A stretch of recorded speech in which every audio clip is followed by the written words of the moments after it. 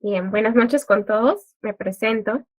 Soy Diana, asesora académica de la empresa Visitur. En esta oportunidad tengo el agrado de ser la moderadora para esta clase de evacuación y rescate del curso de Brigada de Emergencia. Bien, somos Visitur, una empresa peruana que surge ante la necesidad de generar competencias técnicas mediante la impartición de conocimientos a personas del sector universitario y profesionalizante a nivel nacional en áreas como administración y gestión de empresas, seguridad, marketing digital, diseño gráfico y talento humano, aplicando normas y reglamentos nacionales e internacionales. Promovemos la excelencia e innovación de los procesos de gestión y programas de capacitación para que contribuyan al crecimiento sostenible de la actividad empresarial del país. El temario para el día de hoy es importancia de las brigadas, característica de los brigadistas, formación de brigadas de emergencia, responsabilidades de la empresa, responsabilidad de los brigadistas, brigada de evacuación y rescate, consideraciones para la evacuación, consideraciones para el rescate y consideraciones para los brigadistas en el contexto del COVID-19. La ponente el día de hoy es la ingeniera Joana Document, ingeniera titulada y colegiada actualmente, egresada en la Universidad de Piura de la Maestría de Seguridad y Salud en el Trabajo. También cuenta con dos especialidades, la primera en gestión de la calidad total y productividad, la segunda en prevención de riesgos laborales, con 9 años de experiencia en áreas de calidad y SOMA, mejora de procesos, implementación de sistemas de gestión basados en normas internacionales. Listo. Muchísimas gracias, Diana, por la presentación. Gracias a todos por estar aquí. Primero me gustaría empezar por definir al brigadista, ¿no? ¿Quién es un brigadista? Cuando decimos brigadistas, ¿estamos hablando de un puesto de trabajo dentro de una organización o estamos hablando de alguien que voluntariamente pues acepta, ¿no? Este rol, ¿no? Finalmente es eso, es una persona o un grupo de personas, en realidad no es uno solo, ¿no?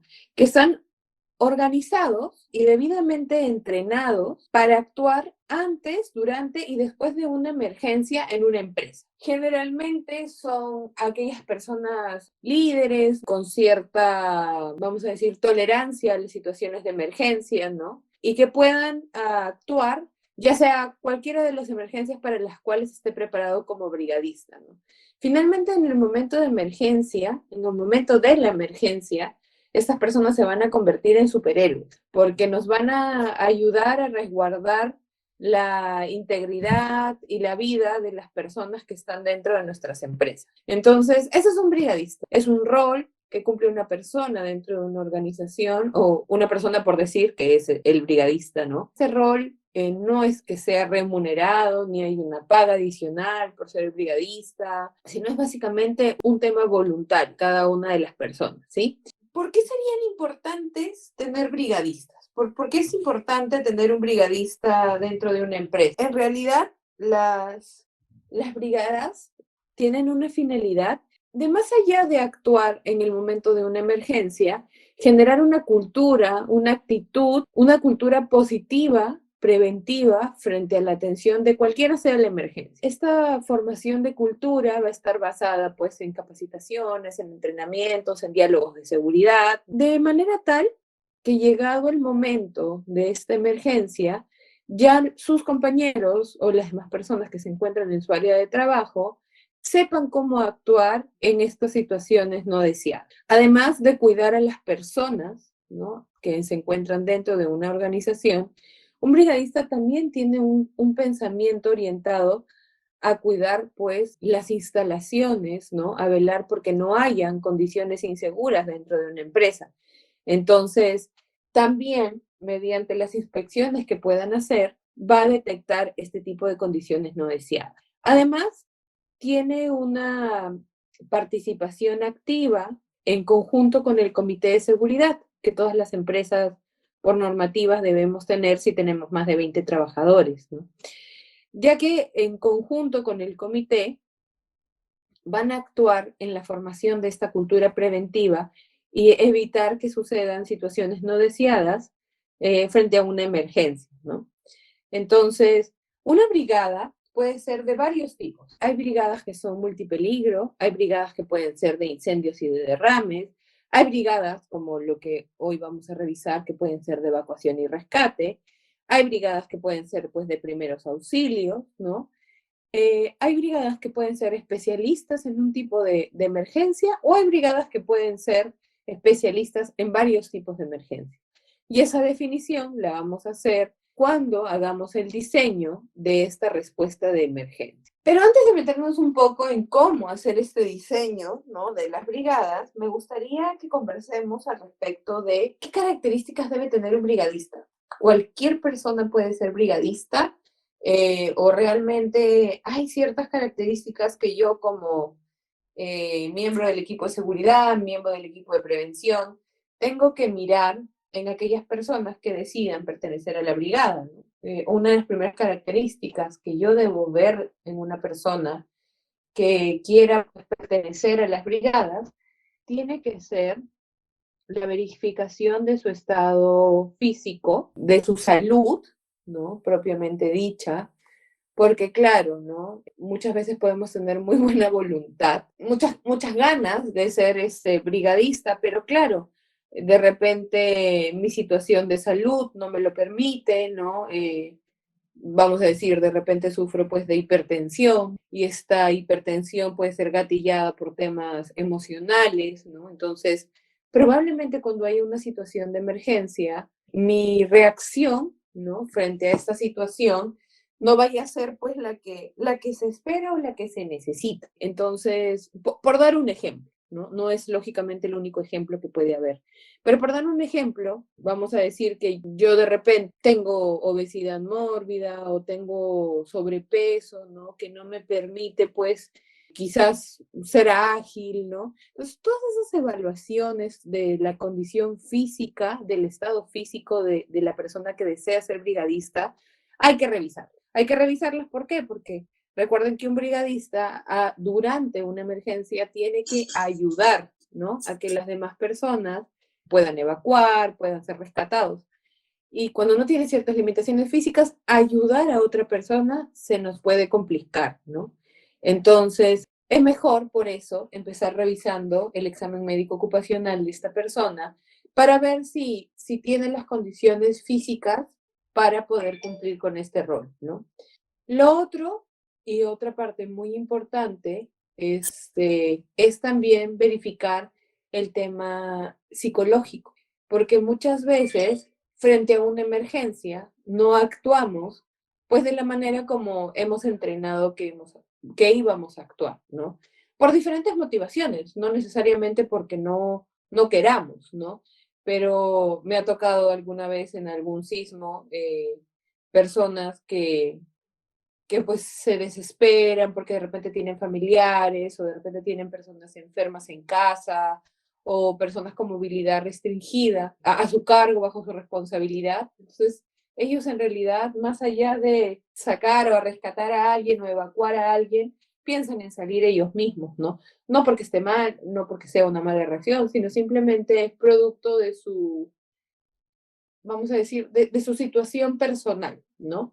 Entonces, sí es importante también tener en cuenta el estado psicológico y la aptitud, no actitud, sino la aptitud con P, para hacer frente a este rol, ¿no? Ya salvado el tema físico, salvado el tema psicológico, vamos a entrar a algo que considero yo es el segundo punto más importante para ser brigadista, ¿no? Y es que este rol se tiene que ejercer de manera voluntaria.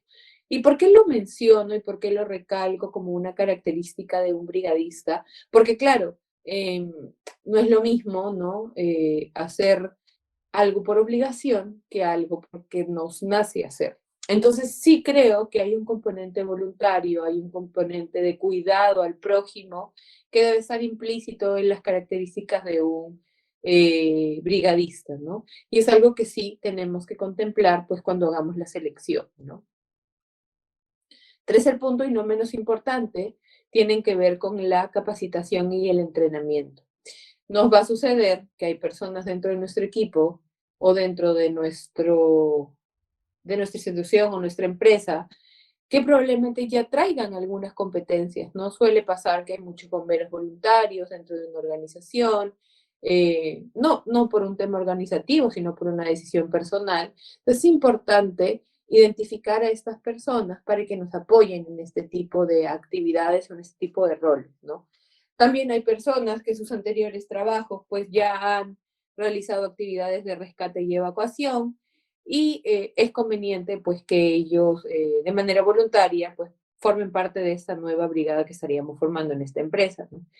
Aquellas personas que de repente no hayan tenido la posibilidad de ser brigadistas en otros lugares, pero aún así tengan las ganas y tengan la posibilidad física y mental para poder serlo, frente a eso nos va a tocar capacitar y entrenar a las brigadas, que es una herramienta básica para el mantenimiento de este sistema de gestión de emergencias, ¿no? Entonces, si tenemos la opción de tener personas capacitadas y entrenadas o tener bomberos voluntarios en la organización, es importante contar con ellos. Si eso no sea una realidad, sí es importante pues identificar a las personas voluntarias que cumplan con el aspecto físico y mental y entrenarlos para que aprendan a reaccionar frente a una situación de emergencia. Otra de las características que debemos evaluar en un brigadista es el criterio para resolver situaciones complejas. Recuerden que en una situación de emergencia ya no hay espacio para preguntarle a alguien si la decisión que estoy tomando es correcta o no. Y por eso muchos de los eventos no deseados se documenta la respuesta en un plan de contingencia, ¿no? Pero van a haber situaciones que por X razones, que hoy no vamos a conversar, puedan salir de esta respuesta planificada, pueden salir de esta respuesta estructurada. Entonces, el brigadista tiene que tener esa capacidad para tomar una decisión en un momento complejo, ¿no? Para que sea una decisión ágil, para que sea una decisión basada en la gestión del riesgo, ¿no? Y en la manera de preservar la integridad primero de las personas, ¿no? Que son lo más importante dentro de una institución, y bueno, posteriormente evaluará si es posible algún cuidado material, ¿no? Pero la responsabilidad básica de un brigadista de evacuación y rescate tiene que ver con el cuidado de las personas. En función a eso y en función para la resolución de situaciones complejas, tenemos que también identificar que posean liderazgo. Liderazgo que va muy relacionado al punto número 6 que tiene que ver con el aplomo, ¿no? En una situación de emergencia, probablemente no hay espacio a una negociación, ¿no? No hay espacio a convencer a alguien para que evacúe o a convencer a alguien para que sea rescatado. Finalmente la toma de decisión del líder del equipo, ¿no? Para ejecutar esas acciones. Entonces, ese liderazgo para poder ser seguido por el grupo, ¿no? Para que el resto de personas sigan las indicaciones de esta persona, definitivamente es una característica importante en un brigadista, ¿no? La cordialidad, el aplomo, la formalidad son características inherentes a una persona que va a actuar en este tipo de situaciones, sobre todo porque tengan en cuenta que una persona que está bajo una situación de emergencia o que ya tiene algún daño, se encuentra muy nerviosa, se encuentra muy angustiada. Perdón, no sé si hay alguien que quiere hacer una pregunta. Sí, Ok. dijo que con respecto a los periodistas que hay algo muy importante, que hay que tener el criterio. Eso es muy importante, creo. Es correcto, Coquín, sí. Es muy importante ver que estas personas tengan pues un criterio acorde, ¿no? A la situación que van a enfrentar, ¿no? Y finalmente, no menos importante que los otros que hemos mencionado, está el hecho de que debemos conocer la institución, conocer la empresa, ¿no? Cuando me refiero a conocer la empresa, me refiero a conocer la instalación física, ¿no? No todos, cuando entramos a trabajar en una organización, conocemos pues todos los lugares de la empresa, todas las oficinas que hay en la empresa, todos los altillos, los sótanos. A veces no podemos pues llegar a conocer toda la amplitud que puede tener una empresa, ¿no? Generalmente se utilizan mapas de riesgos, ¿no? Donde están identificados de manera bastante clara la arquitectura, ¿no? La distribución de una organización, pero no todos llegamos a conocer pues todos los rincones de una empresa, ya sea porque, bueno, no es necesario para nuestro trabajo. Entonces, es importante planificar con los brigadistas estos recorridos, ¿no? Para que conozcan todos los lugares de la organización. Y eso es algo que a veces no hacemos, porque creemos que las personas, o asumimos que las personas pues ya conocen la empresa, ¿no? Pero hay empresas y hay organizaciones, hay instituciones que suelen tener altillos o que suelen tener desvanes o zonas de almacenamiento en sótanos, ¿no?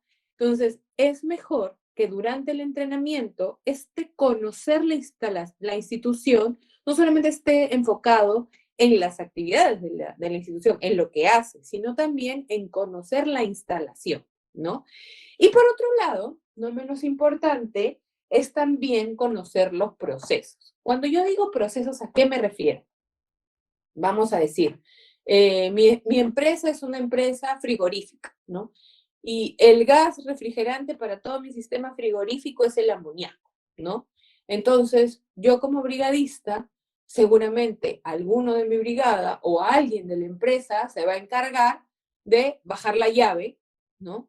Del cilindro o del contenedor del amoníaco, ¿no? Eh, porque para evitar cualquier riesgo, para evitar cualquier contingencia que pueda haber con este gas, ¿no?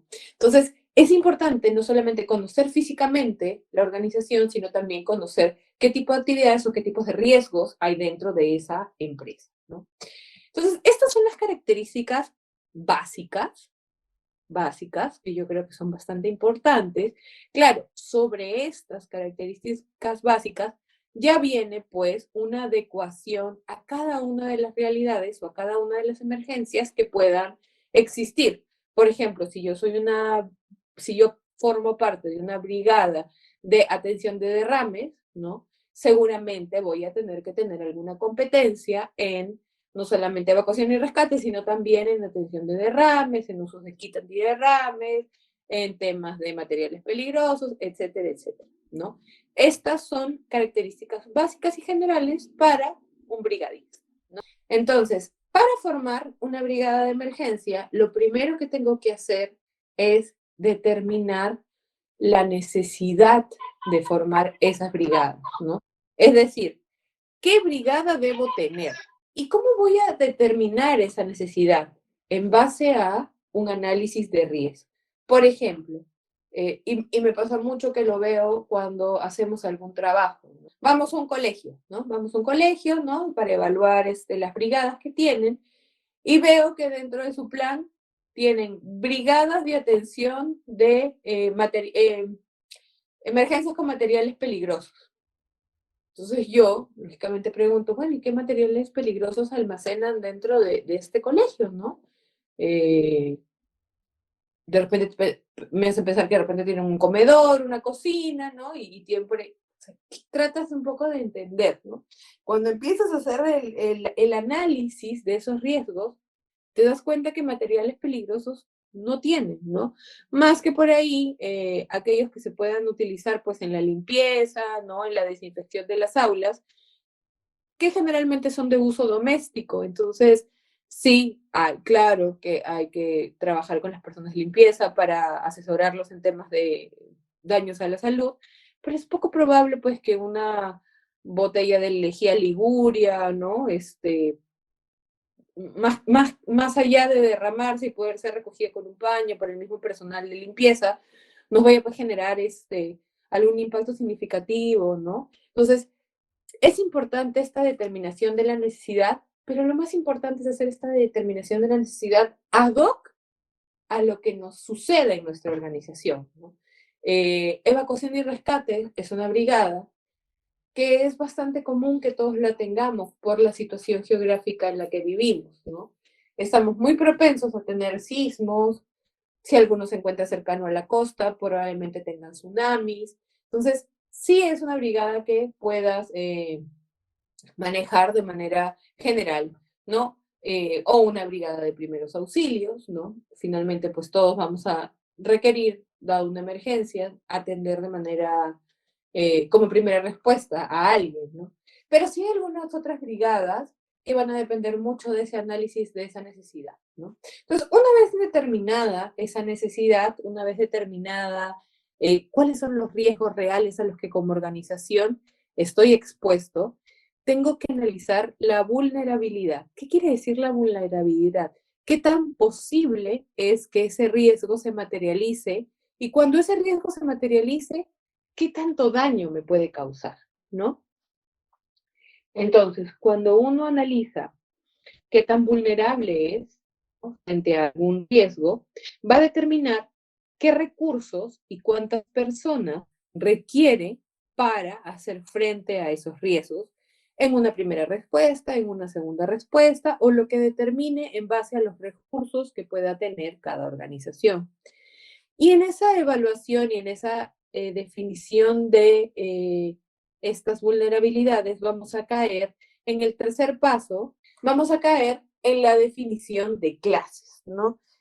¿Por qué? Porque hay algunas emergencias que seguramente yo voy a poder contener con mis propios recursos y hay algunas otras emergencias que yo voy a necesitar un apoyo externo a partir de un punto, ¿no? Entonces, esa definición de, de esa respuesta y qué recursos tengo y cómo los voy a utilizar y cómo se van a ir activando, vamos a ir definiendo pues esa clase, ¿no? Finalmente, ya tengo claro qué recursos tengo, con qué recursos tengo, cuánto tiempo voy a poder responder y en función de esos recursos pasar a la composición de mi brigada, ¿no? ¿Cuántas personas necesito para utilizar esos recursos y sostener mi respuesta por tanto tiempo? Entonces ya tengo los recursos, ya tengo las personas, ¿no? Disculpe, Ya profesora, tengo... ¿puedo hacer alguna pregunta? Sí, claro que sí. La composición de integrantes de la brigada, ¿de qué dependen las empresas? El número.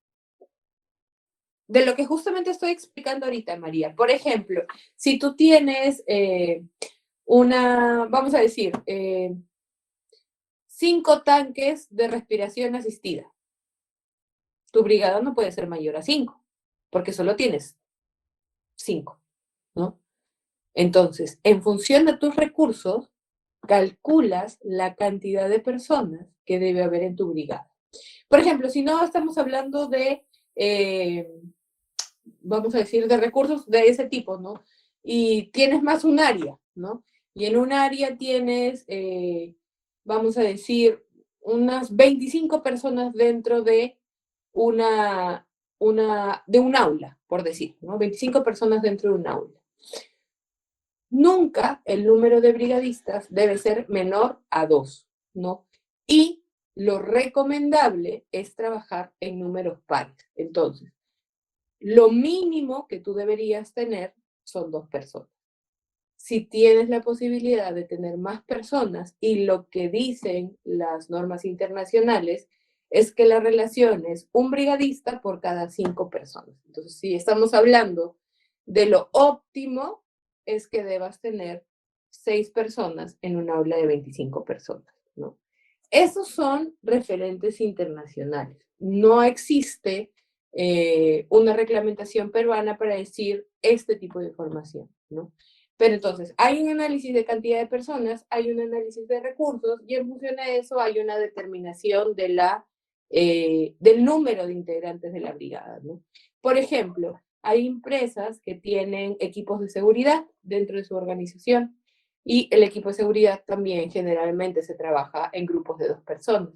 Entonces, supongamos que tú tengas esta aula de 25, pero tienes a 2 personas de seguridad, vas a necesitar solamente 4 personas, ¿no? Entonces, no hay un número que yo te pueda decir, para esta empresa o para este lugar necesitas tanto. Hay un análisis que realizar en función a lo que tenga cada organización, ¿no? Listo.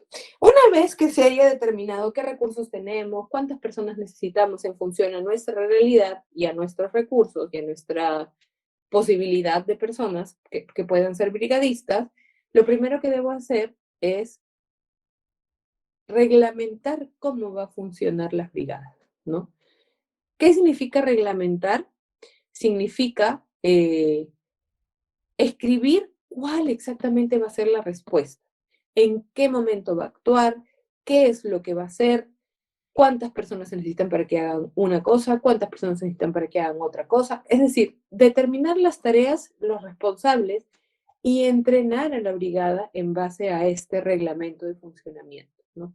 Muchas veces le llaman reglamento de funcionamiento, algunas veces le llaman primera respuesta de emergencia, como ustedes deciden llamarlo, pero es el proceso de planificación de la atención de la emergencia. ¿Qué cosa va a hacer el brigadista cuando llegue el momento?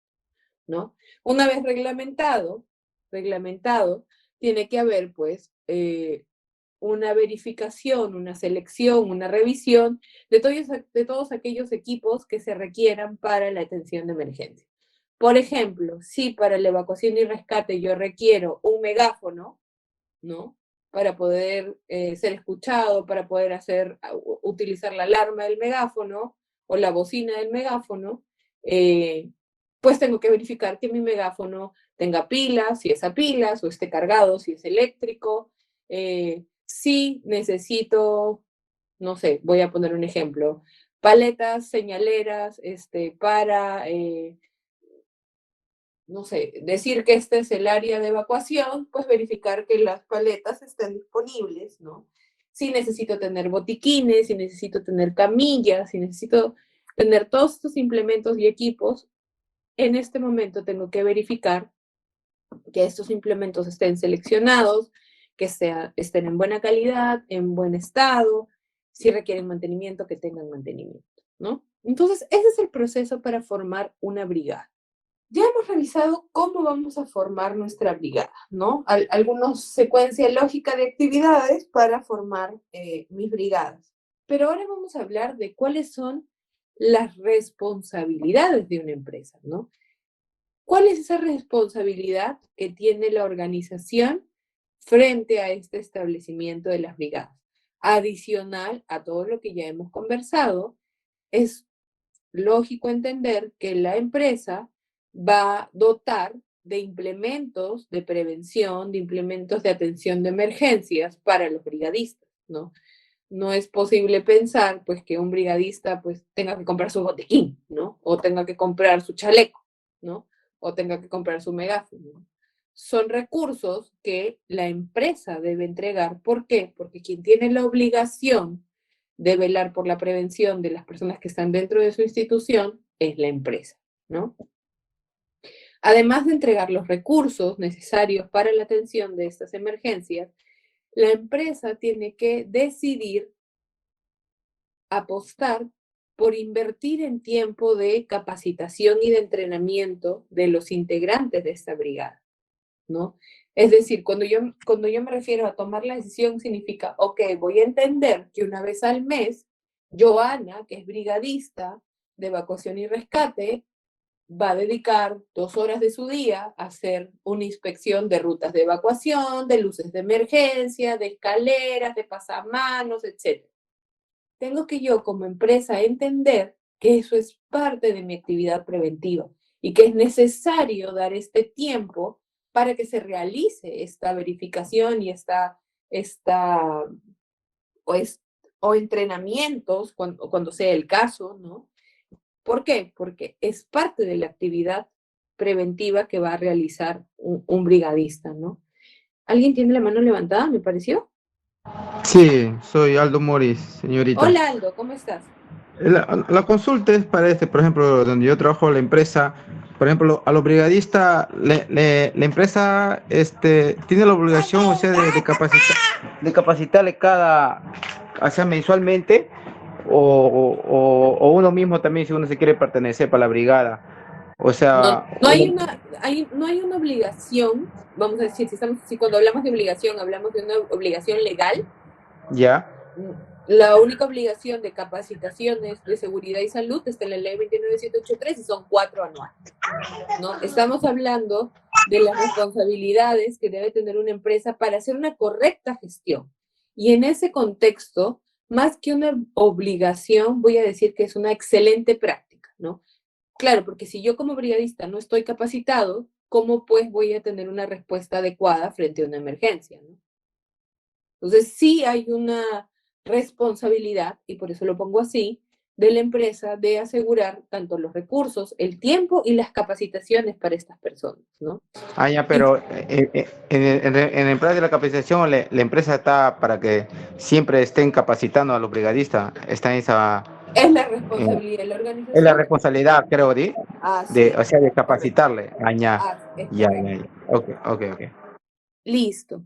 Ahora, otra cosa que también es importante dentro de las responsabilidades de los brigadistas es brindar un espacio para que los brigadistas puedan compartir la información importante y pertinente frente a la respuesta de una emergencia, ¿no? Con sus áreas de trabajo, con el área que tienen asignada, ¿no? Yo no estoy hablando de una capacitación de 4 horas, de 5 horas, de todo un día, ¿no? Estoy hablando de una práctica mediante diálogos de seguridad o las famosas charlas de 5 minutos, ¿no? Y reforzando constantemente con las demás personas cuáles son los procedimientos de respuesta frente a algún evento no deseado, ¿no? Eso es algo que también es responsabilidad de la empresa, ¿no? Brindar este espacio para que el brigadista pueda compartir esta información con las demás personas de su área o con las demás personas que él va a tener a cargo durante una evacuación o un rescate, ¿no? Ahora, también es importante, y esto sí tiene un tenor normativo, realizar los simulacros y las simulaciones que, en primer lugar, están normadas, ¿no? Todos los años hay una norma que nos indica en qué fechas hay que realizar ciertos tipos de simulacros o ciertos tipos de simulaciones, ¿no? Y más allá de lo que esté normado, lo que sea pertinente para tener una respuesta de emergencia sólida, ¿no? Entonces, esta participación en simulacros es también una responsabilidad de la empresa. Señorita, una pregunta. Sí, ¿quién me habla, perdón? César Saldaña, señorita, por acá. ¿Cómo está, señor? Sí, le escucho. Señorita, mire, una pregunta. En el caso mío, yo soy un mecánico que trabaja en una empresa siderúrgica y quisiera formar parte del grupo que elabora aquí en mi trabajo de rescate, que están comprometidos, muy comprometidos con el curso que estamos pasando ahora, que se llama, eh, ya me olvidé el nombre, perdón, brigadistas. Evacuación y rescate. Ujú. Exacto. Y entonces yo quisiera saber si, si yo también puedo seguir trabajando y a la vez pertenecer al grupo este de rescate que está Así es, comprometido a lo que le un comento. brigadista es Gracias un por la respuesta. trabajador de una empresa que tiene el rol, ¿no? De también ser brigadista. No es una persona exclusiva, es un trabajador que tiene sus funciones, sus responsabilidades dentro de la organización y que además de eso es brigadista voluntario, ¿no? Listo, Ok, gracias señorita por la respuesta. continuemos entonces. Javier, creo que me salió aquí una manito. Sí, señorita, buenas noches. Una ¿Cómo estás? consulta.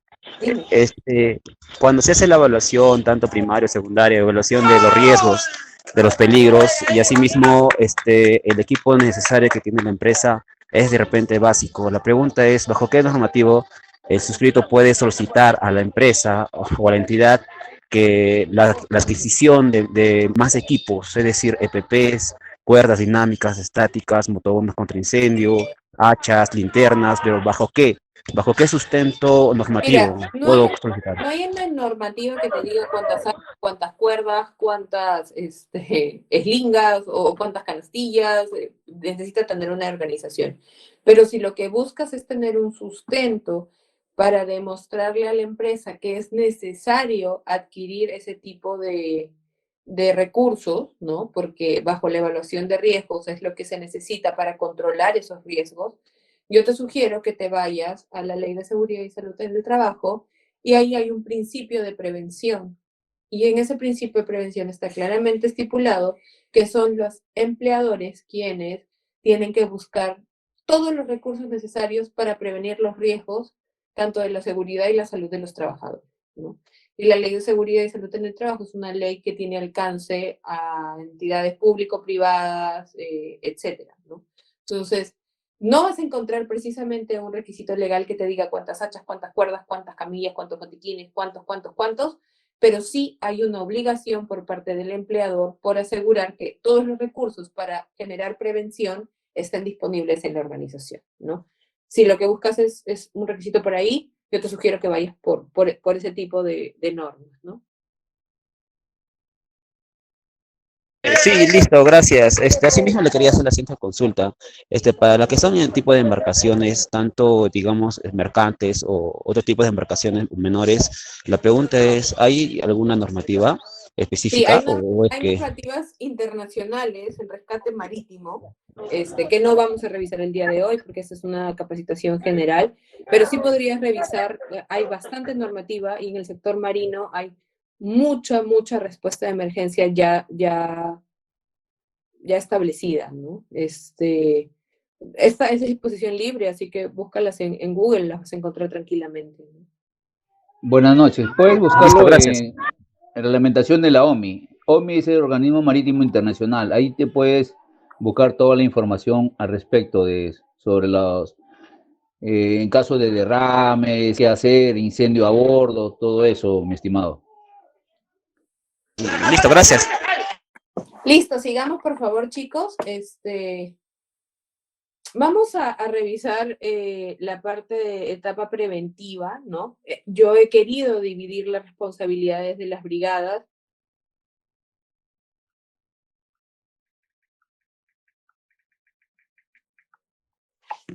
Yo he querido dividir las responsabilidades de brigadas básicamente en las tres partes de atención de emergencias. Entonces, hablemos un poco de la parte preventiva, ¿no? La parte preventiva quiere decir antes de que suceda la emergencia, ¿no? Entonces, lo primero que debemos tener en cuenta es que las brigadas deben estar capacitadas, ¿no? Eso es lo que yo debo hacer en mi etapa preventiva. Tengo que capacitar, tengo que entrenar mediante simulacros, mediante entrenamientos, mediante capacitaciones, prácticas, ¿no? Todo aquello que me sirva para ¿qué? Para que la brigada esté suficientemente preparada, ¿no? Ese es el primer punto en la actividad preventiva. Lo siguiente es tener una revisión constante, ¿no? De los riesgos que hay dentro de mi empresa, ¿no? ¿Por qué es importante hacer esta revisión de riesgos? Porque generalmente suele suceder que algunos riesgos van siendo controlados o mitigados o reducidos por la instalación de nuevas tecnologías, por la instalación de, no sé, qué sé yo, nuevas respuestas de emergencia, se me ocurre, ¿no? Antes no tenía red contra incendios, ahora ya tengo, ¿no? Entonces, los riesgos van cambiando. Recuerden que el riesgo es un valor, es una probabilidad, ¿no? Que está en función a una serie de variables. Entonces, esos riesgos pueden ir cambiando, ya sea para empeorarse o para mejorarse la gestión de ellos. Y finalmente, yo tengo que ir adecuando mi respuesta de emergencia a esa valoración de riesgos que hago, ¿no? Lo otro, y también una parte bastante importante, es verificar aquellas actividades de alto riesgo que se realicen dentro de mi organización, ¿no? No necesariamente voy a tener un rescate por un sismo, ¿no? Puedo también tener un rescate por alguien que se quedó atrapado en un silo o por alguien que se quedó atrapado en una limpieza de un tanque, ¿no? Esas también van a ser actividades de rescate. Entonces, tengo que tener el conocimiento de que esos riesgos pueden suceder y tengo que verificar ese tipo de labores, ¿no? También tengo que evaluar el mantenimiento, porque no creo que sean los brigadistas quienes hagan propiamente el mantenimiento, pero sí son aquellos responsables de realizar la inspección, revisar los equipos, las señaléticas, las luces, ¿no? Y todo lo relativo a la atención de una emergencia, ¿no? Entonces, esto lo tengo que hacer antes, ¿no? Antes de que suceda la emergencia, lo lógico, ¿no? Es como nosotros en nuestra casa, ¿no? Eh, yo no voy a esperar que venga el sismo para tener mi mochila de emergencia preparada, ¿no? Ya va a ser bastante tarde. O yo no voy a esperar que llegue el sismo para asegurarme que la ruta de evacuación en mi casa está despejada, está libre, ¿no? Lógicamente, yo tengo que hacer eso antes, ¿no? De que suceda la emergencia, ¿no? Yo siempre les sugiero cuando tengo capacitaciones para seguridad en el hogar, es tener como práctica, ¿no? En la noche, antes de irnos a dormir, ¿no? Darse una vueltita del gallo, ¿no? Por su casa, para asegurar que las sillas están bien puestas, que los muebles no interrumpen la salida, que no hay zapatos, juguetes, ¿no? Que a veces en una casa pueden haber, sobre todo cuando hay niños, ¿no? Que mi mochila de emergencia está en buen lugar, ¿no? Que la voy a coger cuando salga, ¿no? Es bueno tener ese entrenamiento en el hogar, ¿no? Porque a veces estamos muy bien entrenados para el trabajo, pero en casa de herrero, cuchillo de palo, ¿no? A veces no le hemos indicado a nuestros hijos por dónde tienen que salir, ¿no? Entonces, sí es importante hacer toda esta atención previa, ¿no? A una situación de emergencia. Vamos a llegar ya a la etapa de control. ¿Cuál es la etapa de control? El momento de la emergencia, ¿no? Cuando tengo que controlar esa emergencia. Cuando tengo que controlar esa emergencia, ya no hay tiempo para practicar, ya no hay tiempo para probar, ya no hay tiempo para verificar, hay solo tiempo para actuar. Es por eso que la actividad preventiva es básica, ¿no? Entonces, cuando empiece la emergencia, yo tengo que tener ya disponibles todos mis recursos, ¿no? Tengo que, si necesito tener megáfonos, ya tener mi megáfono ahí y utilizar, ¿no? Si necesito cuerdas, si necesito ganchos, lo que necesite ya tenerlo en ese momento y utilizarlo. Y sobre todo algo muy importante es evitar que la emergencia siga causando daños, ¿no? Entonces, tengo que retirar a las personas, tengo que evacuar a las personas, tengo que avisar si hay alguna situación de emergencia que amerite un rescate, ¿no? Todo eso ya lo tengo que empezar a ejecutar de acuerdo a la planificación que ya hicimos, ¿no? Es importante el tiempo en esta etapa de control, ¿no? Tengo que responder en los momentos indicados, en los espacios que han sido planificados, tengo que alertar a los terceros cuando el tiempo ya así lo amerite, ¿no? Y todo esto lo voy a encontrar documentado en un plan de contingencia, en un plan de emergencias, ¿no? Tengo que también tener la coordinación de los recursos externos, ¿no? A dónde van a llegar, con quién se van a comunicar, quién va a ser el enlace, quién va a indicarle a las personas externas, ¿no? Dónde es que deben atender esa emergencia, ¿no? Entonces, en la etapa de control, yo voy a poner en uso todo lo que he practicado, ¿no? Para evitar daños personales, para evitar que la emergencia se siga propagando y, si es posible, evitar daños materiales, ¿no? Esa es la etapa de control. Finalmente, luego de la etapa de emergencia, ¿no? Luego de la atención de esta situación que ya habíamos planificado cómo íbamos a atender, viene la etapa de restablecimiento, ¿no? Es decir, ya todo está controlado, ya todos los riesgos están mitigados, ¿no? Y voy a restablecer mis actividades, ¿no? A eso se refiere esta etapa.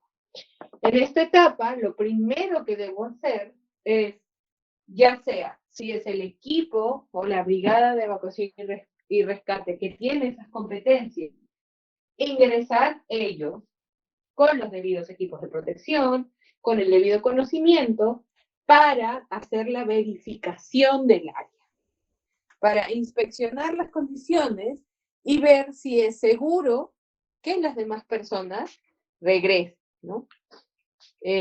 Por eso hago la aclaración de si es que los brigadistas son aquellos que tienen las competencias para hacer esta inspección, ¿no? Generalmente, para este tipo de restablecimientos se suele trabajar no la misma brigada de evacuación y rescate, sino una brigada adicional de restablecimiento. ¿Por qué lo digo generalmente?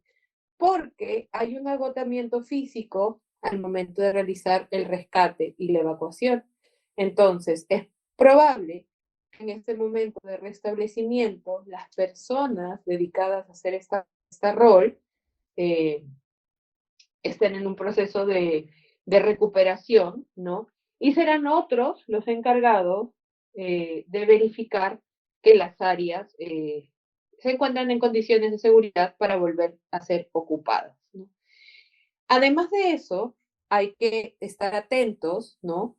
A cualquier otra situación de emergencia que pueda presentarse. Por ejemplo, réplicas, por ejemplo, en lugares donde haya altillos, ¿no? O productos o mercadería o cosas almacenadas en un nivel superior, o también racks o libreros, gavetas, ¿no? Estos generalmente suelen moverse, ¿no? Durante la emergencia. Entonces, hay que estar atentos, hay que hacer una verificación para que todo esto esté en condiciones de no causarle daño a nadie, ¿no? De encontrarse alguna condición insegura, alguna condición subestándar, antes de que ingrese el personal, debo tomar las medidas correctivas necesarias para solucionar esta situación. Si es posible solucionarlo en el momento y que se reintegren las labores, hacerlo así. Y si no es posible, si necesito algún soporte, alguna, vamos a decir, trabajo adicional, no sé, se me ocurre una soldadura, empotrar algo, qué sé yo, es mejor retirar a todas las personas de esa área, ¿no? Entonces, sea cual sea la verificación que se haga y lo que se encuentre, lo importante es tomar acción sobre aquello que se encuentra, ¿sí? Entonces, ya hemos hablado pues de las generalidades, ¿no? De las perdón, de la formación de brigadas, de las características, de todo lo que es, vamos a decir, muy similar en cualquiera sea las brigadas que yo decida establecer. Ahora vamos a hablar propiamente de las brigadas de evacuación y rescate, ¿no? ¿Cuál es el objetivo de esta brigada de evacuación y rescate? Pues llevar a cabo, ¿no?, todas las acciones y los procedimientos para rescatar a una persona que se encuentre atrapada, puede ser lesionada, puede que no, inmediatamente después de ocurrido un evento no deseado y trasladarlo a un lugar seguro, ¿no? Ese es el objetivo principal de una brigada de evacuación y rescate. Entonces, cuando yo hablo de las consideraciones que debo tener para la evacuación, lo primero que debo hacer es evaluar las rutas de evacuación, ¿no es cierto? Lo primero que debo hacer es evaluar las rutas de evacuación, que estén acorde a lo que realmente me va a servir en una situación de emergencia, ¿no? Tengo que verificar los planos, tengo que verificar que esos planos de evacuación que están colocados en las paredes realmente obedezcan a la realidad, ¿no? Y que esa realidad sea coherente con realmente salir a una zona segura, ¿no? No la zona segura pues nos represente otro peligro más, ¿no?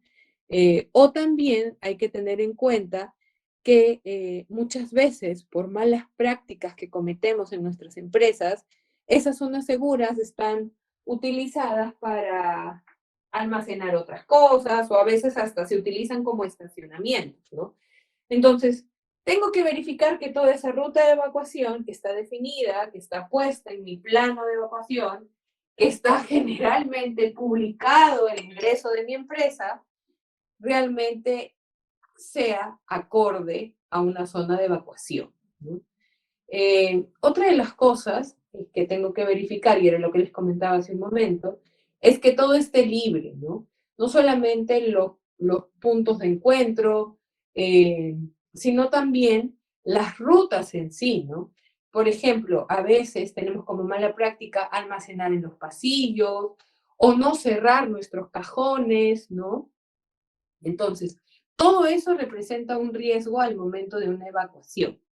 Eso tenemos que verificarlo mediante inspecciones que debemos realizar, ya sea a cargo de las brigadas de evacuación y rescate, a cargo del comité de seguridad, a cargo del equipo de seguridad, ¿no? Quien tenga esa responsabilidad, pero es importante verificar estas condiciones de evacuación, ¿no? Que estén las señaléticas, que las luces de emergencia funcionen, que todo esté libre, ¿no? Es muy, muy importante hacer esta verificación antes de una situación de emergencia, ¿no? Aquellas instituciones, aquellas empresas que tengan segundo piso, tercer piso, etcétera, una parte importante de la evacuación va a corresponder a sus escaleras, ¿no? Entonces tengo que verificar que esas escaleras cuenten con pasamanos, que estén en correcto estado de mantenimiento, que tengan sus cintas antideslizantes, que no estén oxidadas o que tengan peligro de roturas, ¿no? ¿Por qué? Porque eso es parte de mi ruta de evacuación, ¿no? Entonces tengo que verificar que se encuentren en buen estado, ¿no? Y no menos importante, a dónde voy a llegar, ¿no? En el caso de sismos, ustedes saben que hay una zona segura, pero en el caso de cuando ya hay, y para aquellas instituciones que se encuentran en una costa, cuando ya hay una alerta de tsunami, la evacuación de tsunami es diferente a la evacuación de sismo, ¿no? Puesto que yo, cuando evacúo para tsunami, lo que busco es colocarme en una zona alta, pues para que no me cause daño la salida del mar, ¿no? Entonces, hay que hacer ambas preparaciones. Hay que hacer la respuesta frente a sismo y si es un riesgo para mí el tema de tsunamis, pues también entender cuáles son las ubicaciones seguras o cuáles son los desplazamientos seguros en casos de tsunami. Otra consideración para el rescate es que yo debo periódicamente, y lo pongo periódicamente porque no hay ninguna normativa pues que te diga cada 10 días, cada 20 días, cada 15 días, ¿no? Pero debemos verificar nuestros equipos de rescate, ¿no?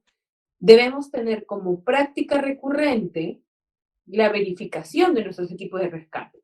Tienen que estar disponibles, tienen que estar en buen estado, tienen que estar listos para ser utilizados, ¿no? Por ejemplo, me ha tocado ver en algunas oportunidades que si bien es cierto, tienen camillas, las tienen encerradas con un candado, ¿no? Hasta que alguien trae la llave, hasta que logramos abrir el candado, ya se hizo tarde, ¿no? O a veces también me ha tocado ver que en algunas instalaciones tienen camillas de plástico, ¿no? Que son estas tablas rígidas, expuestas al sol, ¿no? Y ustedes saben que el plástico expuesto al sol se reseca y se tiende a partir cuando se les pone un peso, ¿no? Entonces, hay que buscar colocar nuestros equipos de respuesta en lugares donde también puedan estar resguardados frente a la adversidad ambiental, ¿no? O, por ejemplo, también me ha tocado ver correas oxidadas en las tablas rígidas, ¿no? También por la humedad o por el sol, ¿no? Entonces, toda esa revisión del estado de estos equipos es importante hacerlo como actividad preventiva, ¿no? Ahora, otra de las cosas importantes que tenemos que verificar es tener claro cuál va a ser mi número de llamada, a qué número voy a llamar cuando hay una emergencia, ¿no? ¿Quiénes son mis bomberos más cercanos? ¿Cuál es el serenazgo, la policía que está más cercano? porque en caso de requerir un soporte externo, en ese momento pues no me voy a poner a buscar el número, ¿no? Lógicamente ya tengo que tener todo eso mapeado, ¿no? Esto lo debo también, no solamente tener yo como brigadista, debe estar disponible para todos en la organización, ¿no? Tiene que estar pegado, tiene que ser difundido en las capacitaciones, de repente ponerlo en avisos en el periódico mural, es decir, socializarlo para que no sean los únicos los brigadistas que puedan realizar esta comunicación cuando sea necesario, ¿no? El soporte externo es una ayuda a la que podemos recurrir, claro está, pero sí tenemos que tener identificado quién va a ser ese soporte externo, ¿no? Y lógicamente, si hablamos de rescate, sobre todo de personas que ya han sufrido alguna lesión, hay que tener en cuenta que o preparamos a nuestras brigadas de evacuación y rescate también con primeros auxilios, o preparamos a otras personas, ¿no? En primeros auxilios, ¿no? Sea cual sea la decisión que tomemos, esa decisión la vamos a tomar basado en los riesgos de mi organización. Es importante que estén preparados, ¿no? A veces las personas creen saber de primeros auxilios porque han visto en la televisión, porque han visto series médicas, ¿no? Pero eso no es nada más alejado de la realidad, ¿no? La atención de los primeros auxilios es clave y es vital a veces para asegurar la integridad de una persona. Entonces, necesariamente sí tienen que ser personas entrenadas en primeros auxilios, ¿sí? Ahora quiero hablarles un poco de este contexto que estamos enfrentando actualmente, que es el COVID-19. Y como ustedes saben, nos encontramos pues en medio de la cuarta ola para nosotros, ¿no? Bueno, cuarta ola según lo que nos indicaba el MINSA. En este contexto de COVID-19, las consideraciones para los brigadistas cambian un poco, ¿no? Debido a que estamos expuestos a este riesgo biológico, ¿no? Este riesgo biológico, que si bien es cierto, el día de hoy está controlado no está eliminado, pero está controlado con la aplicación de algunas vacunas, ¿no? Con la determinación de algunas medidas preventivas, como el lavado de manos, el distanciamiento, el uso de cubrebocas, ¿no? Eso no significa que durante una emergencia, yo como brigadista de rescate voy a pues, poder mantener 1 metro de distancia con la persona que tengo que rescatar, ¿no? Porque lógicamente a 1 metro de distancia está bastante difícil que yo pueda rescatarlo, ¿no? Entonces, en este contexto de COVID-19, es importante tener ciertas pautas, ciertas recomendaciones en mente y también identificar ciertos recursos adicionales a los que yo tengo para responder mis emergencias, ¿no? Lo primero que hay que decir, y esto no es solamente para los brigadistas, sino también para cualquier persona que está trabajando en una organización, en una empresa, es si yo tengo síntomas de COVID-19, si me encuentro enfermo, lo mejor es no acudir al centro de labores. ¿Por qué? Porque puedo, pues, contagiar a los demás, ¿no? Entonces, si yo tengo identificado que tengo síntomas que son similares a COVID-19, lo más recomendable es mantenernos en casa, ¿no? Y esperar la toma de una prueba en el momento indicado por el médico ocupacional para hacer un descarte, ¿no? Ojo que las pruebas no son de descarte, las pruebas son de diagnóstico. El descarte se hace en función a la clínica y a las pruebas, ¿no? Entonces, pero partiendo del hecho de que si yo soy brigadista y tengo alguna sintomatología que está relacionada con COVID-19, pues lo mejor es reportarlo así a mi centro de labores, ¿no? Para evitar propagar la enfermedad, ¿no? Lo segundo es, supongamos que yo como brigadista, ¿no? Cuentan conmigo en mi empresa, ¿no? Pero en mi familia, en mi círculo cercano, con mis amigos, tengo a una persona que ya ha salido positiva, ¿no? Y yo he tenido contacto con esta persona sin haber tenido alguna medida de prevención, ¿no? Entonces, lo mejor, lo más recomendable es también no asistir, ¿no? Porque si he tenido contacto sin ningún control, existe una posibilidad de haber contraído la enfermedad, ¿no?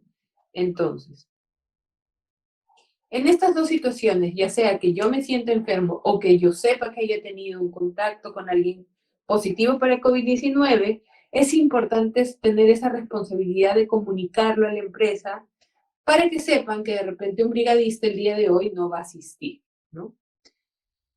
Ahora, fuera de estas dos situaciones que hemos conversado, que son parte de la prevención, hablemos un poco de lo que va a pasar al momento de ya el control de la emergencia, ¿no? Y hacia eso, yo debo tener como parte de mi equipo de respuesta, ¿no? Y esto lo voy a explicar muy brevemente. Las mascarillas quirúrgicas, las mascarillas de tela, sirven para evitar que yo, si tengo el virus, lo propague. Pero no me van a prevenir de que yo contraiga el virus. A diferencia de un respirador N95 o un KN95, que es un modelo bastante similar, pero con una certificación oriental, que este elemento, que ya no es una mascarilla, sino un respirador, tiene un mejor nivel de protección. En el caso de N95 es un respirador aprobado por NIOSH. Entonces tiene un nivel de protección del 95% y en eso se radica este número, ¿no? Entonces, cuando yo voy a hacer una atención de una emergencia, es mejor, es lo recomendable, tener este tipo de respiradores. ¿Para qué? Para no exponerme yo al contagio, ¿no? No estoy diciendo que lo tengan que tener puesto todo el día. Estoy diciendo que lo tienen que tener como parte de su kit, ¿no? Dada la emergencia, simplemente hacen un cambio y realizan sus actividades, ¿no? Si un respirador N95, KN95, está roto, está con la liga suelta, las propiedades de protección van bajando, ¿no? También tengo que tener en cuenta que si yo uso este tipo de elementos de protección y suelo utilizar barba, ¿no? Que ahora está muy de moda, o tener vello facial, esta barba, este vello facial hace que el cerramiento no funcione de la manera que está diseñado. Entonces, puede ser que por esos espacios tenga yo una contaminación, ¿no? Eso con respecto al EPP. Desde siempre hemos sabido, fuera del contexto de COVID-19, sino en general para cualquier otro tipo de atención de emergencia, que los guantes desechables son imprescindibles para este tipo de labores, ¿no? Tenemos que también tener una protección para los ojos, ¿no? Para evitar salpicaduras, ¿no? De cualquier fluido. Salvo que estemos utilizando pues un respirador, ¿no? Este tipo de full face, que ya no haría necesario utilizar una protección para la vista, ¿no? Si es posible, bajo el estado médico de la persona que estamos rescatando, utilicen sus mascarillas, deben llevar ustedes también en su kit mascarillas adicionales para el rescate de estas personas y en la medida que sea posible colocárselas, ¿no? Al momento de la atención, ¿no? ¿Es importante desinfectar las manos? Sí, pero muchísimo más importante es asegurar el lavado de las manos, ¿no? Entonces, si no tengo la posibilidad de lavarme las manos, tengo que utilizar retanol al 60% o un isopropanol al 70% y tengo que mantenerlo en mis manos friccionándolo por un espacio de 20 segundos. Lo mismo sucede con el agua y jabón, ¿no? Si no tengo la posibilidad de tener agua y jabón o no tengo la posibilidad de desinfectar mis manos, lo importante es no tocar boca o ojos, ¿no? Ahora sí, vamos a abrir la zona de dudas y consultas. Tenemos unos minutos todavía. Bien, ¿quién tiene las manitos levantadas? Buenas noches, ¿Cómo estás? Buenas noches. Remel Zapata. Una pregunta. Con respecto al grupo de brigadistas, ¿debe ser reducido o cuántas personas pueden integrar el grupo de brigadistas? Va a depender, Remer, como les comenté, creo que hace un momento también me hicieron la misma pregunta. Va a depender del análisis de riesgos que ustedes hagan y de la posibilidad de recursos. Lo que sí les puedo decir es que en algunas normativas internacionales podemos encontrar que un brigadista efectivamente puede atender a 5 personas. Esto es un tema proporcional, ¿no? Pero no existe alguna tabla de equivalencia dicha así precisamente, ¿no? Lo que sí es que, como todos sabemos, los brigadistas deben trabajar en pares por si alguno cae, el otro pueda apoyarlo, ¿no? Ok, muchas gracias. Bien, otro que tenga la manito levantada para que haga una consulta. Ingeniero, buenas noches. ¿Sí? Ingeniero, buenas noches. Sí, te escucho, Orlando. Bien, Cuéntame. Ingeniera, tenía una duda, justo me ganó mi compañero que me ha antecedido. Una brigada de emergencia, no sé, yo he escuchado por ahí que está conformada por 5 personas, 6 personas, ¿no? Yo quisiera saber eso, he escuchado, ¿no? Porque en el área que trabajo también estoy sugiriendo eso, ¿no? Yo quisiera que me despeje las dudas. Orlando, como le comentaba a tu compañero, no existe una ley, una norma precisamente que diga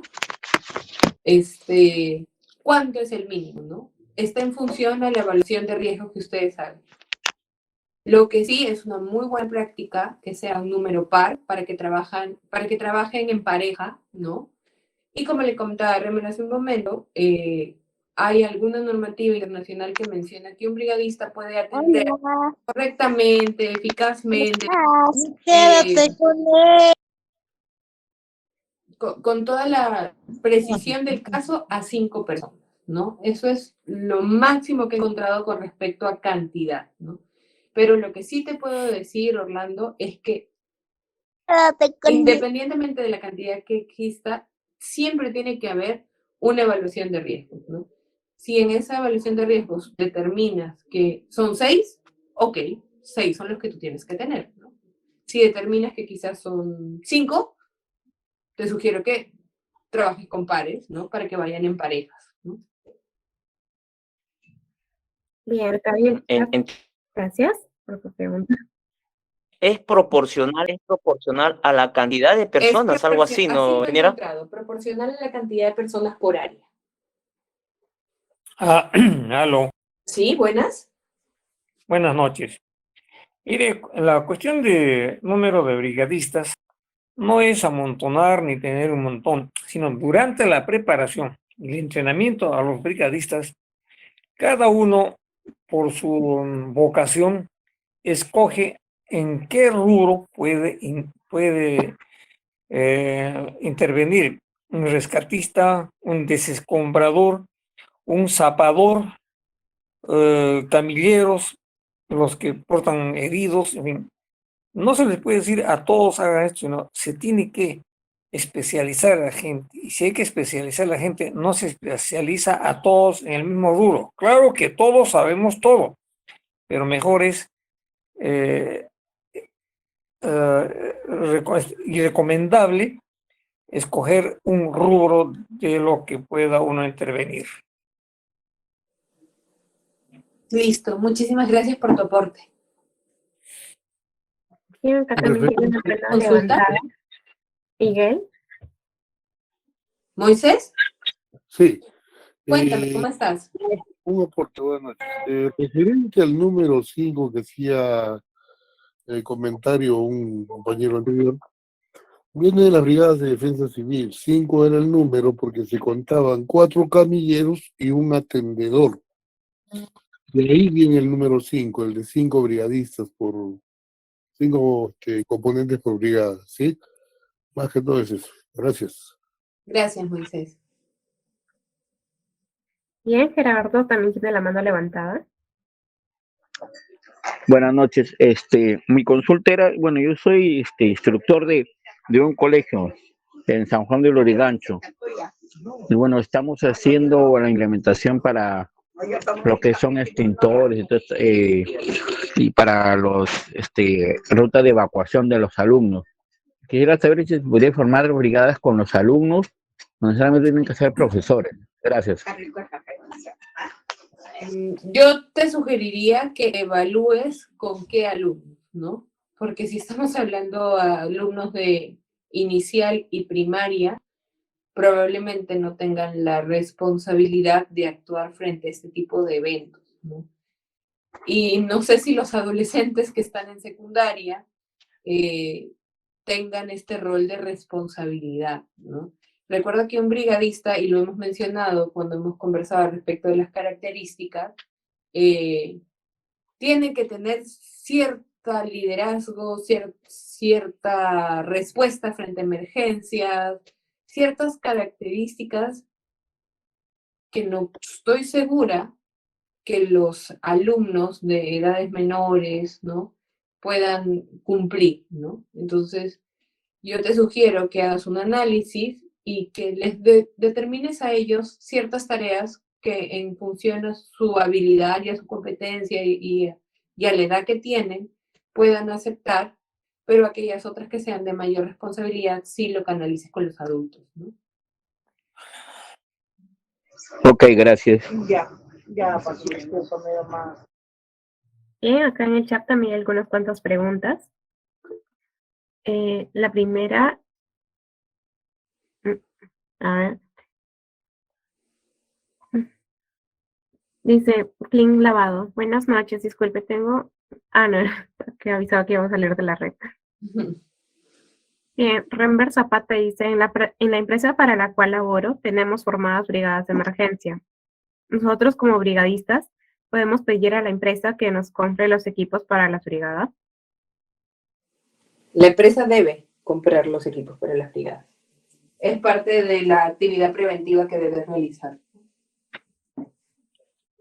Úrsula Chacón Celis pregunta, ¿cada cuánto tiempo se debe capacitar a un brigadista?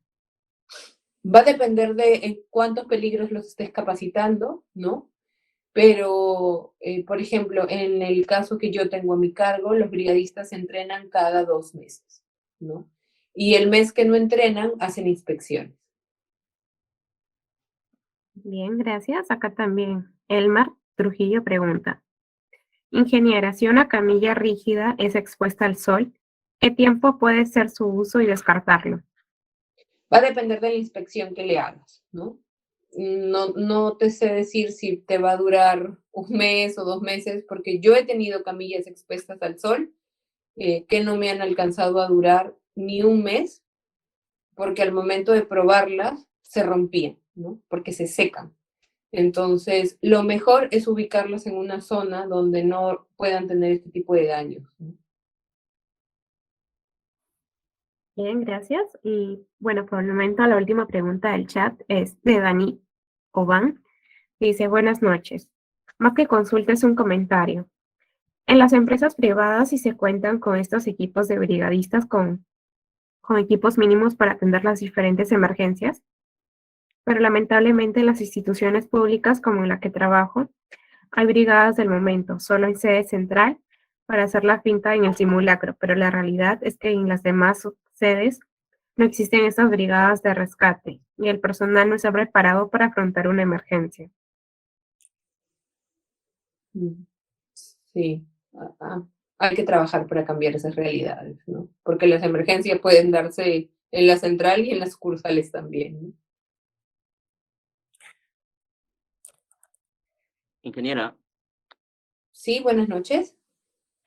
Orlando, tengo una duda. En el área que trabajo, hay brigadas de primeros auxilios, hay brigadas de lucha contra incendio, y después son dos tipos de brigada más. Lo que tengo esta duda, con respecto a, ¿es procedente que se tenga estos tipos de grupos seleccionados por los voluntarios, o que todos los brigadistas integren, sepan y tengan conocimiento de lo que es primeros auxilios, lucha contra incendio? ¿Por qué? Se dio el caso de que pasó un evento no deseado y de un trabajador que se sufrió un accidente, y que la persona que había sido preparada, capacitada por la empresa, no estaba de días libres. ¿Es correcto, o es que todos, la pregunta es, todos deberían, la brigada debería saber todos esos tipos de capacitaciones, no seleccionarlo por Lo grupo? que creo, Orlando, es que o sea, es una práctica que deberíamos tener las organizaciones, de no tener a una sola persona capacitada en un tema. Porque este ser humano sale de vacaciones, se puede enfermar, y le pueden pasar X situaciones para que el día que se le necesite no puede estar. Entonces, lo más recomendable es que capaciten a un grupo de personas en una especialidad, ¿no? Eso es lo más recomendable, para que el día que uno esté de vacaciones o de descanso médico, sus otros compañeros que tienen las mismas competencias puedan responder, ¿no?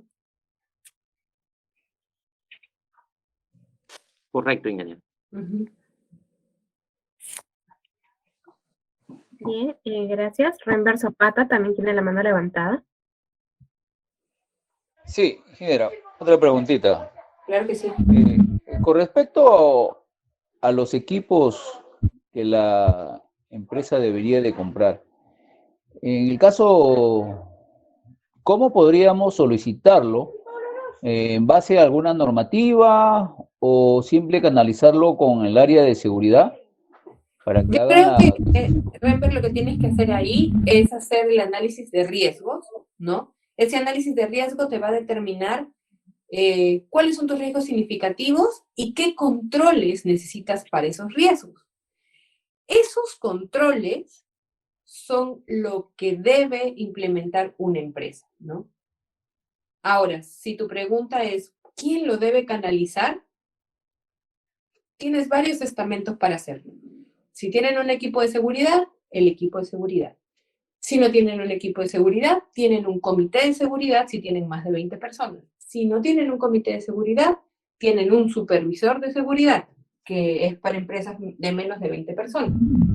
Si aún así estos dos estamentos no pueden, el brigadista también, ¿no? O sea, todos están en la posibilidad de pedir a una organización implementar las medidas preventivas, ¿no? En base a un análisis de riesgos, eso sí, ¿no? Hello. Sí. En todas las instituciones usualmente ya se ha conformado el grupo de salud ocupacional. Este grupo de salud ocupacional debe estar encargado de organizar al grupo humano en diferentes especialidades, en la práctica para diferentes especialidades también. O sea que la salud ocupacional también esto tiene que comprender, debe de comprender y contemplar todas las situaciones, porque si no estaríamos al garete en realidad en cuestión de seguridad. Ahora, el anterior amigo nos dijo que hay que saber todo, efectivamente hay que saber todo, pero hay que especializarse. Es como un médico, es un médico en general, es un ginecólogo, es un especialista en radiología, bueno, en fin. Eso justamente se debe propender con esa analogía, ingeniera. Listo, Víctor, gracias. Bueno, Diana, creo que aquí terminamos, ¿no? Muchas gracias. Muchas gracias a la ingeniera por brindarnos los conocimientos del día de hoy, y a ustedes por estar aquí presentes durante la clase.